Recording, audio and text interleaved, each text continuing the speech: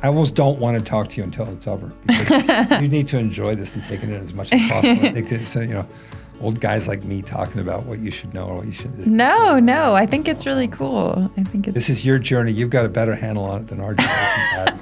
And enjoy it. Sure as hell not about my journey. Yeah, you're in the hunt. How cool is that? Welcome to The Other 3 Years, a show for anyone who has an Olympic-sized dream they want to turn into a reality. Hi, and welcome to this week's episode of The Other 3 Years. This week on the podcast, I have a super fun and special episode. I'm sharing a conversation I had with an Olympic champion from the 1988 Olympics in the two-man kayak, flatwater kayaking, Norman Bellingham. So Norman actually lives in Saratoga with his wife. And so I got to speak with him in person in the Bright Sided studio a few weeks ago before I left town on my training trip. And I was honestly fangirling so hard and trying to keep it cool because Norman is the real deal and he's just awesome and it was really fun. But he actually started in whitewater kayaking and then switched to flatwater kayaking, and he competed on 3 Olympic teams and actually went to row at Harvard, which is a totally different sport, rowing and kayaking, in between his second and third Olympic teams. So he's just a super impressive guy, and it was so cool to speak to him, being where I am in my own athletic journey and getting to ask how he achieved the success he had and just hear about his life and his own career. So it was a really awesome experience speaking with him and learning from him. And I feel lucky that the conversation was recorded, not only because that means everyone listening gets to hear it, but also because I can listen to it again whenever I want. I hope everyone really enjoys it. But before we get into that, here's an update on what's currently going on in my training. So I actually, on Sunday, left Gainesville, Georgia, where I was for 2 weeks with my Orion teammates, and drove about 8 hours to Sarasota, Florida. So I just started another 2-week block where I'll be training in Sarasota. So it was a pretty easy drive getting up here, down here. Florida's down. And it's actually been super windy in Sarasota since I've been here. So we erged yesterday, which was Monday, and today's Tuesday. And we did get out on the water today. So that's exciting. And it's great to be here. There's a bunch of different people here. And I'm happy to be training with a new group. But I miss my old group also. So it's, just different. But it is nice to, I guess mentally, it was like a nice 2 weeks in Georgia and know I could accomplish that. And then now we have these 2 weeks in Sarasota, and next week is kind of an erg testing week. I mean, we'll still be rowing, but there are some erg tests that we'll be doing. So just kind of trying to keep the train rolling and having good workouts to build, some on the water confidence, but also some on the erg confidence. I'm actually staying with my mom's cousin in Sarasota, and they have 2 dogs, which is very exciting. It's really the dream, if you ask me. So I've been getting to spend a lot of quality dog time. They'll both they're so cute. They'll lay together and snuggle, or they'll snuggle with me if I want them to, but they just cuddle with each other, and it's so cute.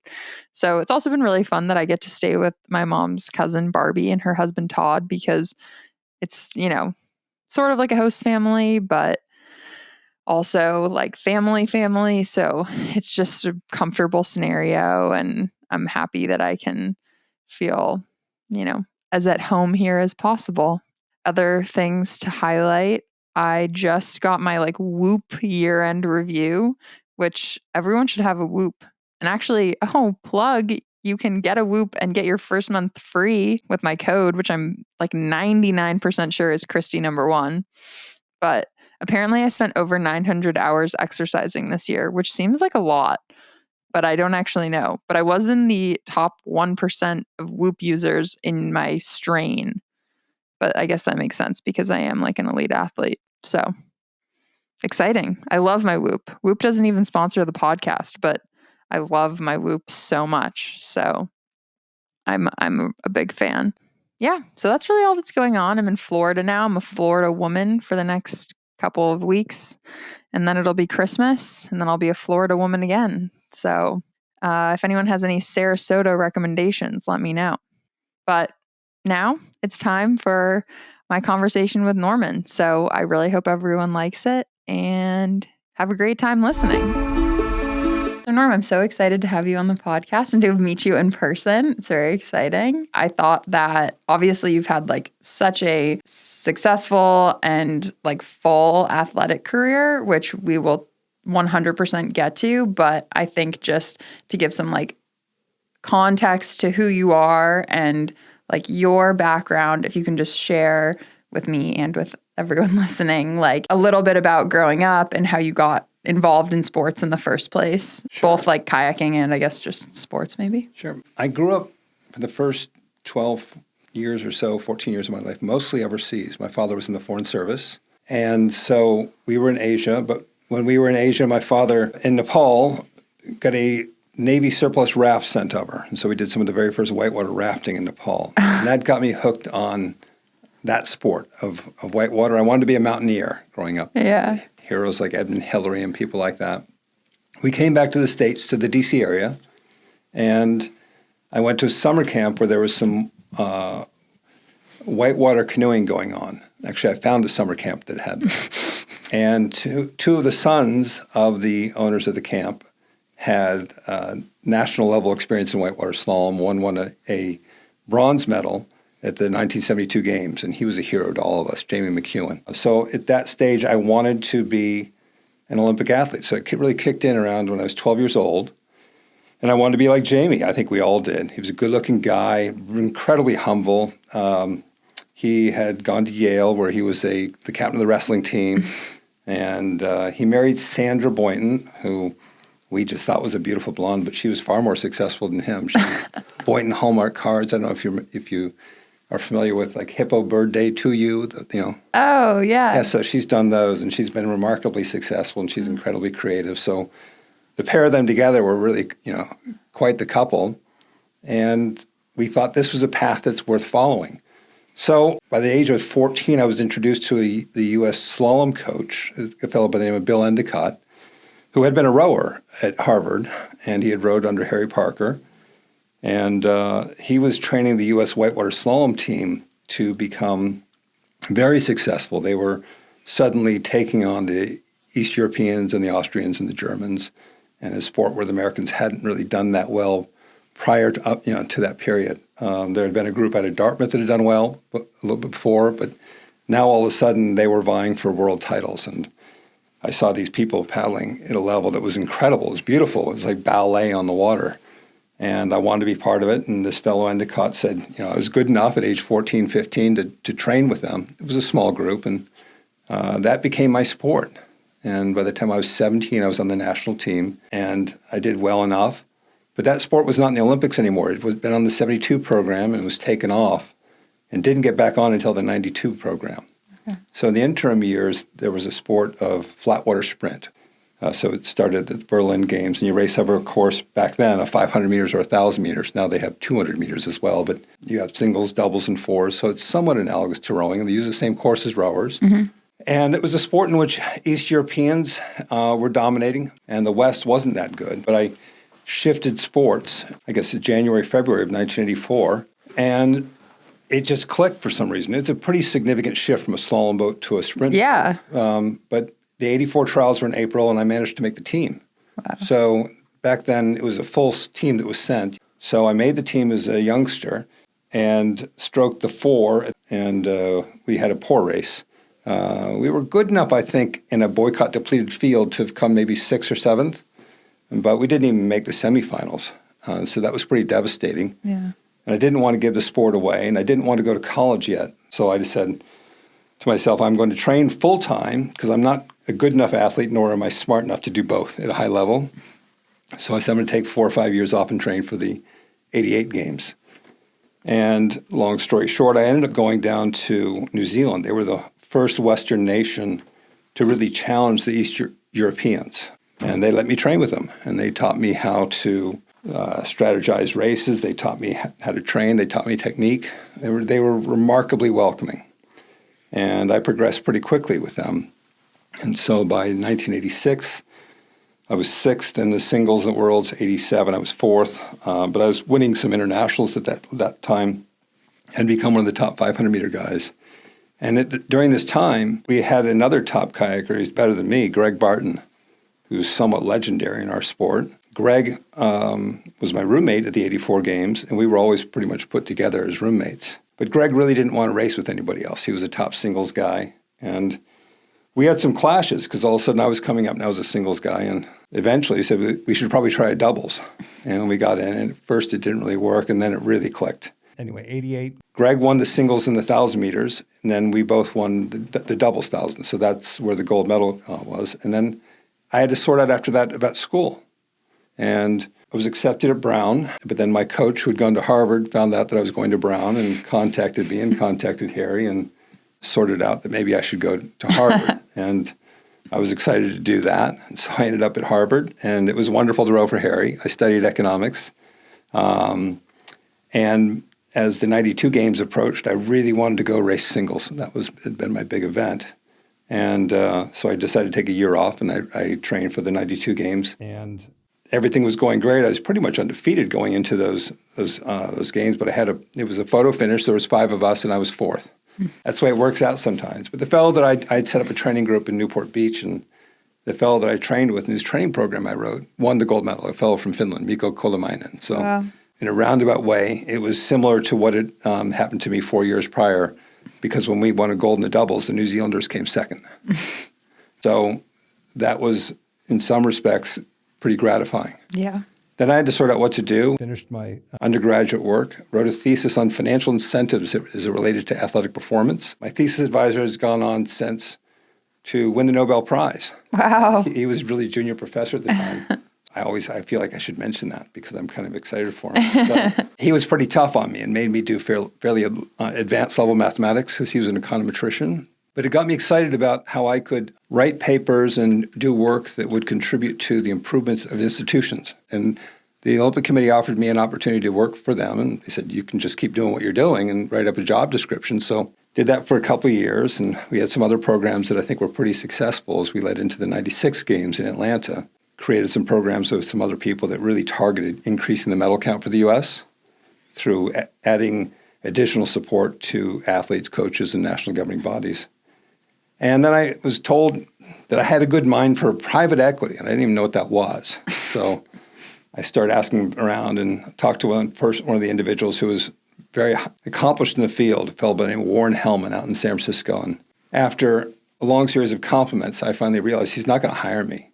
And there must be a reason. So I ended up applying to Harvard Business School, and I was fortunate enough to get in. And after graduating, wanted to get back into sports, but I thought the place to get into sports that had the most significant relationship to where money was being made was in television. I was offered a job at Turner Broadcasting, working their sports strategy area. I did that for a year, and I was thinking about moving into sports after having that experience, but then they offered for me to stay, and I expanded my purview at Turner by moving into technology and then other areas. And I'm running the strategic planning group for about 4 or 5 years. And then I left that to go work at the U.S. Olympic Committee. So I did that for 4 or 5 years or so. And in the meantime, I'd had 2 daughters. I'd gotten married, and my wife has family in Saratoga Springs. And so that once my girls left to go, they were both in college, we moved here, and we love it in Saratoga Springs.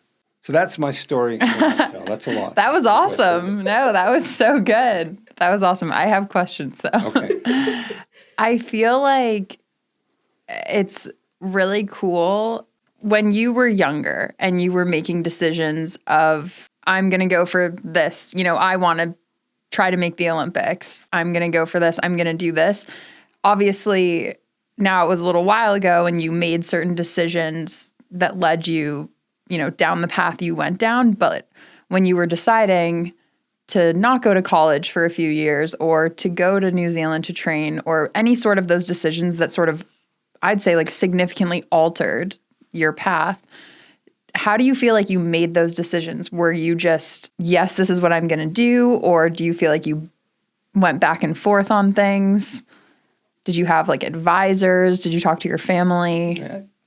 I had my coach, this fellow, Bill Endicott. I talked to him a lot, and I suppose he was the one that helped put framework around striving for goals. And I was really caught up in the idea of becoming a world champion. When whitewater slalom was taken out of the Olympic program, I no longer thought of necessarily going to the Olympic Games. I just wanted to be one of the best in the world. Mm-hmm. And I thought, I was training around these men and women that were world champs. I wanted to be one of them. I thought they were really cool. And I thought, that's a good way to spend your life. When I was 15, 16, 17, I said, this is worthwhile. And looking at other people that were supposedly adults, I thought that these people that were doing sport had a better life. And it was a better decision that they had made to do that. And, there's that old adage, you can spend your youth trying to attain wealth, and you'll just spend your wealth trying to reattain your youth. And so tap into it now while you can. And it seemed pretty obvious to me that I wasn't going to get this time back, that I was advancing really quickly. And one of the things I did see was that many people, when they hit collegiate age, they were going to these good schools, and their movement up the ranks slowed dramatically. And I was looking at the top Europeans, the Austrians, there was a Brit, some of these guys. And I looked at, and my coach was doing case studies, so I really studied these people. Mm-hmm. They weren't going to college. And in East Germany, they were stopping their studies at, in their traditional area, besides moving into vocational areas, at age 15, 16. And so I didn't see myself as a better athlete than these people. That would be the only way that I could go to a good school, because I wanted to go to a good school and continue to make the right level of movement up the sport. And so I made the slalom team when I was 17. And I remember how the older guys looked at me. I was a potential standard bearer for a future generation, if that makes any sense. And when the older guys look at you that way, you realize this is not something that most people get. I'm really, really lucky.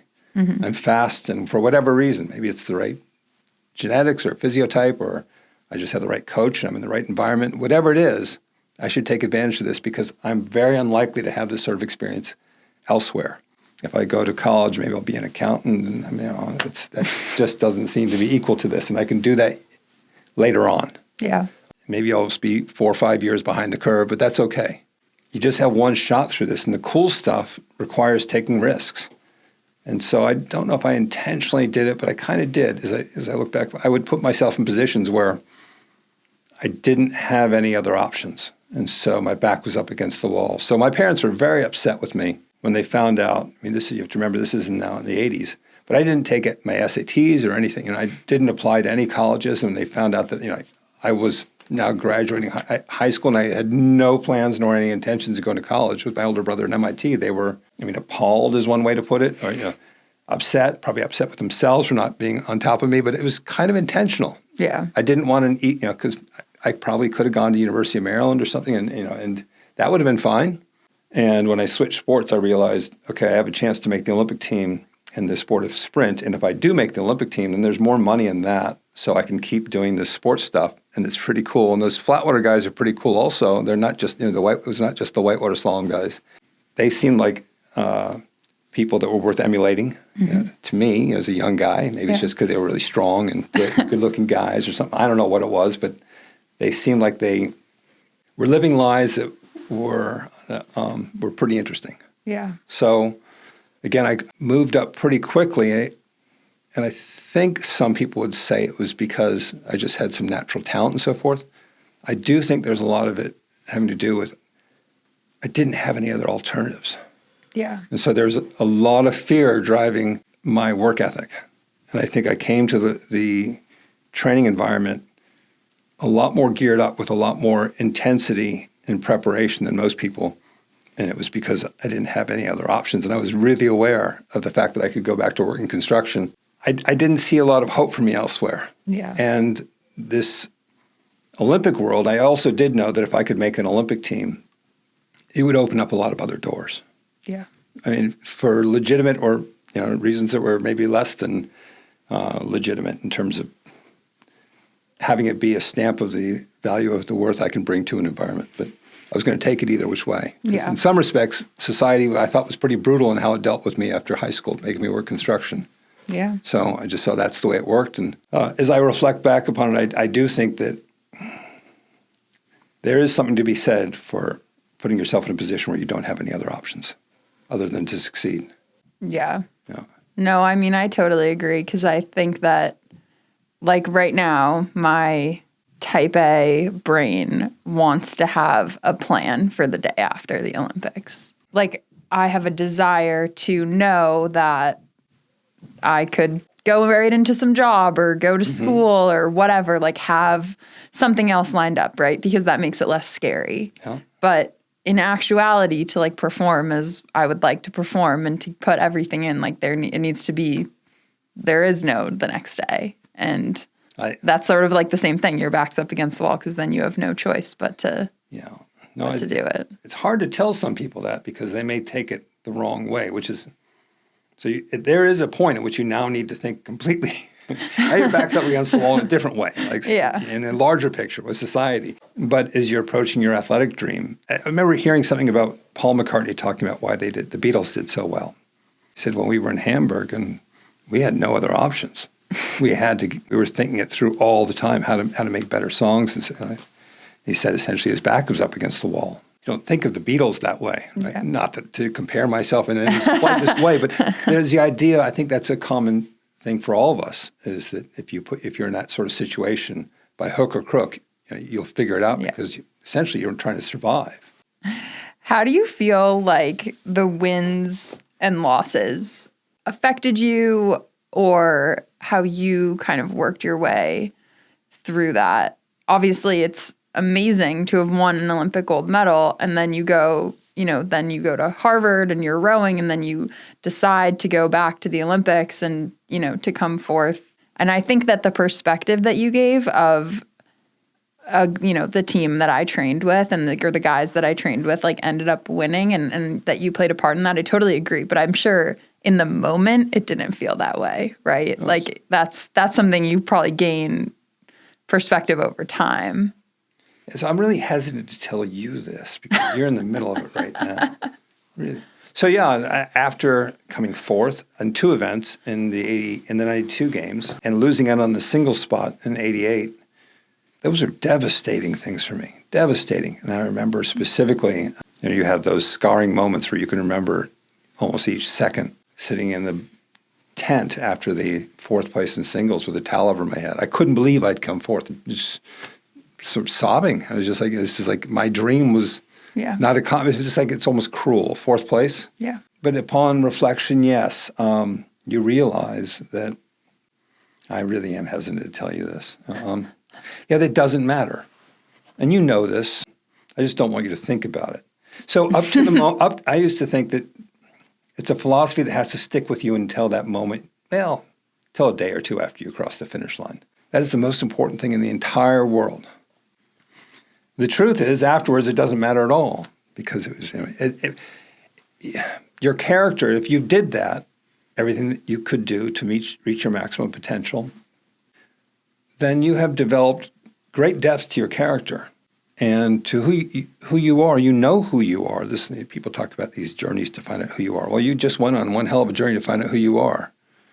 And nobody really can tell you who you are the way you know who you are. And that's pretty powerful. That sticks with you your entire life. Yeah.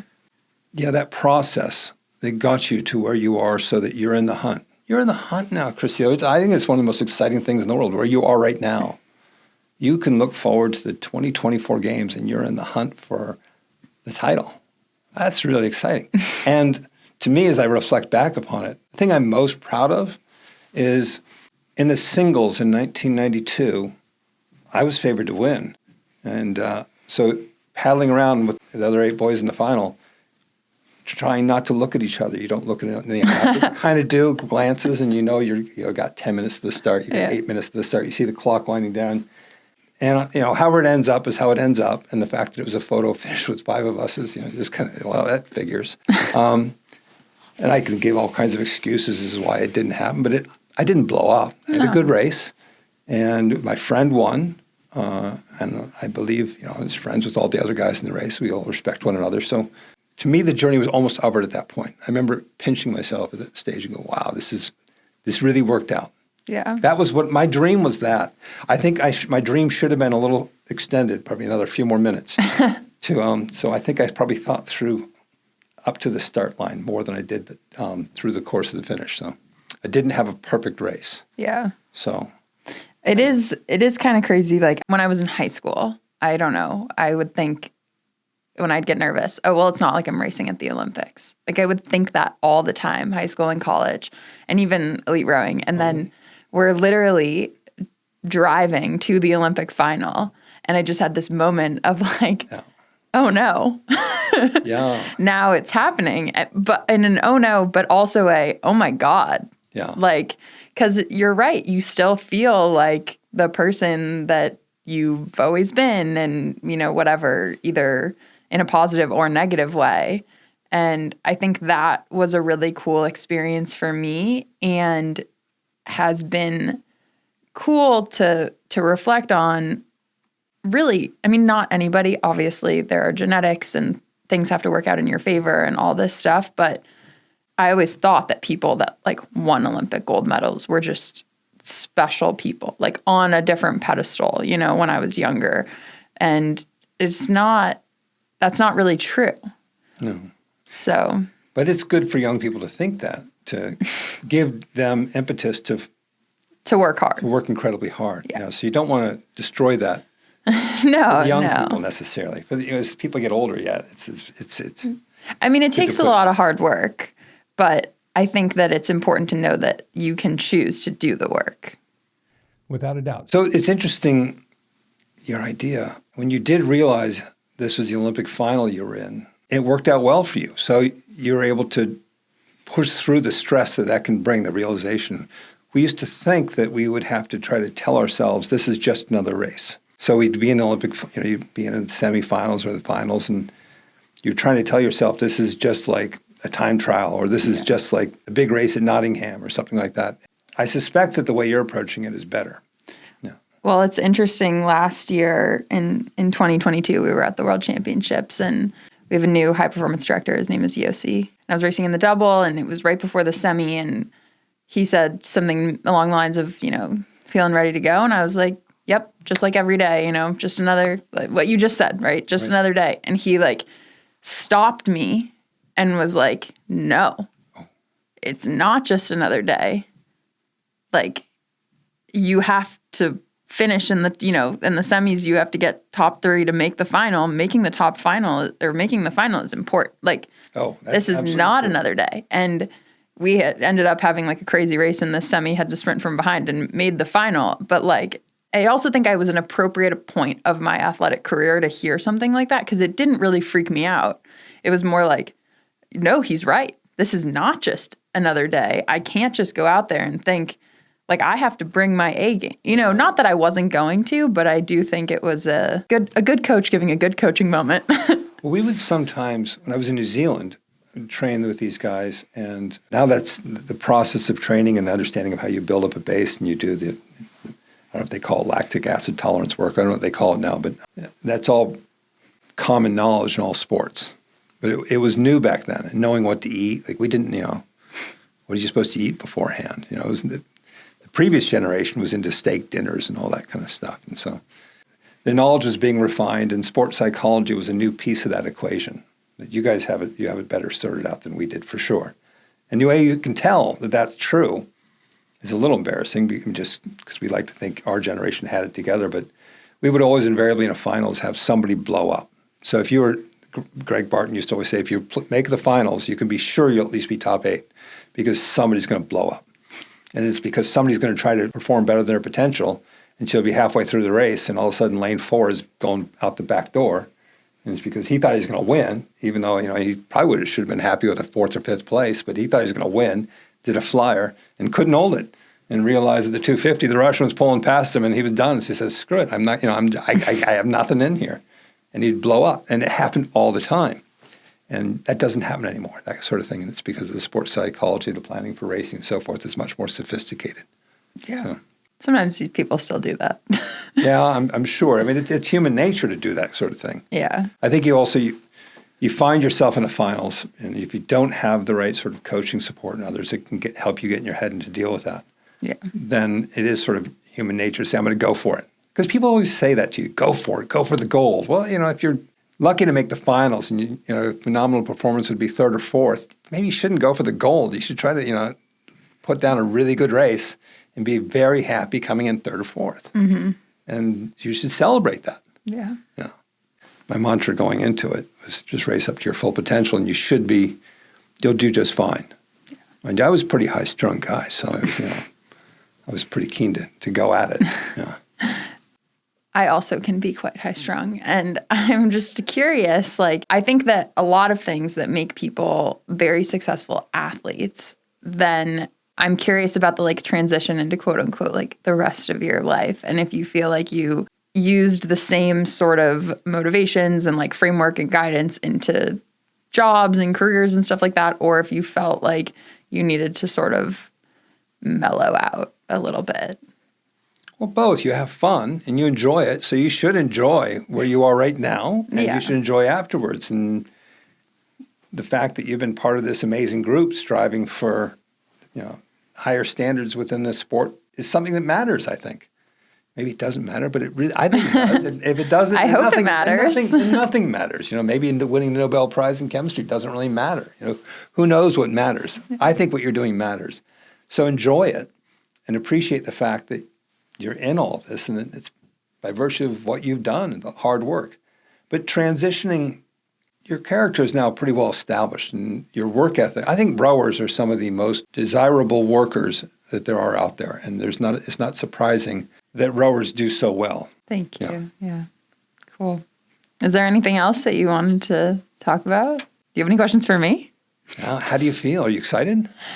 I'm really excited. I am. Yeah. I feel like it's very exciting to have a singular pursuit about something. And I feel very lucky that I've gotten to, continue to like chase this dream and get to do it with other people. And it is like about a medal and about that. But I think it's really cool to be trying to go the fastest that anyone has ever gone, like in this event. Like that's what we're trying to do, go faster than anyone has ever gone and be the best person in the world on a singular day. And that's just like such a cool thing. It's incredibly cool. That's You're so pushing cool. the bounds of what human body is capable of doing, what our species can do. Yeah. How cool is that? Yeah. And I think it's like, that's what's so cool to me. And yes, it's cool to like represent your country and all of that stuff. But I think it's the other part of it is cooler to me. And the fact that I get to do that is just, and like that I get to push myself in the process. And so. Well, you're part of the lore now. You're part of the Olympic lore. That's exciting. Yeah. And you're still in the middle of it, so there's still another chapter to be written. Yes. I think that's the other cool thing, like to know that it's still happening, and who knows what's going to happen. But like, I don't have all the control, but I do have a certain amount of control, and that just feels cool. Yeah, thank you so much. No, it was so fun. I was so excited to meet you. I mean, it's great to meet you as well. I told my wife after you guys got your bronze medal, I was watching. It was hard to get the results, and you're right. So the coverage, it was better, oddly enough, when we had just 3 TV channels. You would never have thought that, right? That's it for this week's episode. I hope that everyone really liked listening to my conversation with Norman. He's so cool. I really appreciated him coming in and sharing so much. I feel like I could have just listened to him talk and listened to his stories for way longer than I did. So I just am really grateful to him for coming on. And my quote of the week is again from this book that I'm reading, which is called Gold in the Water. And honestly, I'm probably going to have quotes from it for a little while. It's taking me longer to read than normally books do, but that's okay. So this quote is actually from the coach of this Olympic team, whose name was like Jochums. His last name was Jochums. I don't know how you say it. Jochums. And so he's basically speaking to like his group of Olympic hopefuls. And he says, if you come here every single day between now and Olympic trials, if you make no excuses and allow no bad days, you will have done everything possible to make the Olympic team. That's our goal.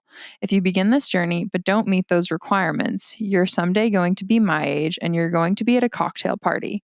You'll be having a good time until you suddenly hear yourself telling people how good you could have been.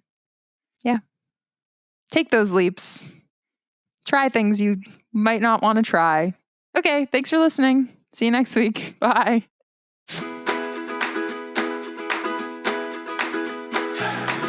I'd love to hear from you, so send us a topic suggestion, or if you'd like to submit a question for our Ask Kristi Anything segment, head to our website, theother3years.com.